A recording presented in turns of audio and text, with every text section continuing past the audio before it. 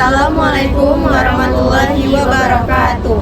Perkenalkan, kami dari kelompok 4 yang beranggotakan saya Nadira Madarisi NIM 225, saya Alesha Bukina Zalila dengan NIM 237, Saya Rifo Mahesa dengan NIM 227. Saya Hesti Kurnia dengan NIM 217. saya Sasabila Priyadi dengan NIM 242. Saya Kuntum Khairadiki dengan NIM 253. Video ini dibuat untuk memenuhi tugas mata kuliah ibadah akhlak dan muamalah, yaitu tugas konten dakwah via medsos yang bertemakan muamalah duniawiyah yang diampu oleh Bapak Dr. Afdal S3 MPI dan Ibu Sinti Adela STMK.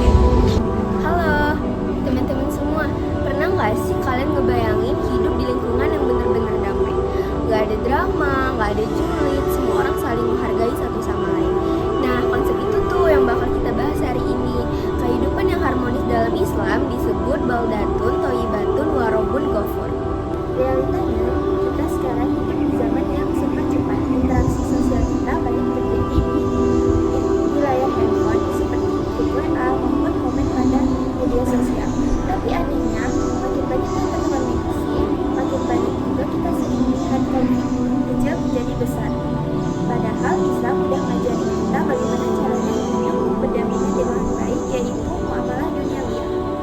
Muamalah duniawiyah itu sederhananya adalah aturan Islam bagaimana hubungan antar sesama manusia.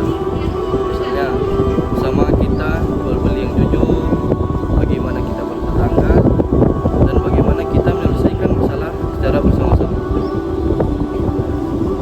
Hal ini bukanlah hal yang sepele. Ternyata kualitas iman seseorang itu bisa dilihat dari bagaimana dia memperlakukan kepada orang lain juga, bukan dari ibadah pribadinya saja.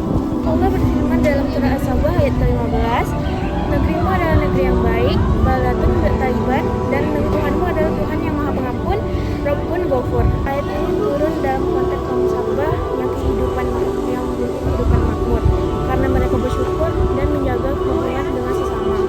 Tapi ketika mereka mulai zalim dan menghilangkan nilai-nilai kebaikan, maka kenikmatan itu pun turun. Rasulullah SAW juga bersabda, tidak beriman kepadaku orang yang kenyang apabila tetangganya sedang mengalami kelaparan di sebelahnya padahal ia tahu. Hadis riwayat Al-Bazzar dan At-Tabrani. Coba kita renungi lagi bahwa tetangga itu ada banyak maknanya. Bisa seperti teman sekelas, teman satu organisasi, bahkan teman yang kita kenal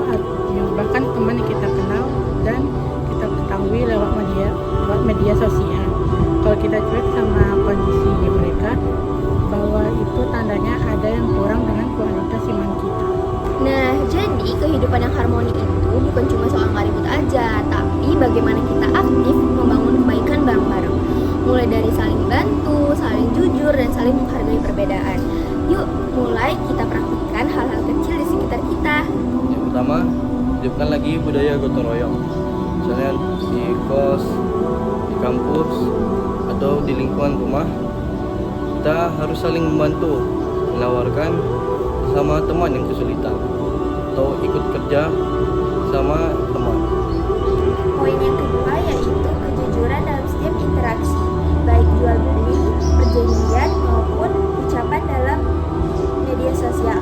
Karena kepercayaan itu merupakan fondasi utama masyarakat yang harmonis. Artinya, keharmonisan sosial itu syarat dari turunnya keberkahan dari Allah SWT.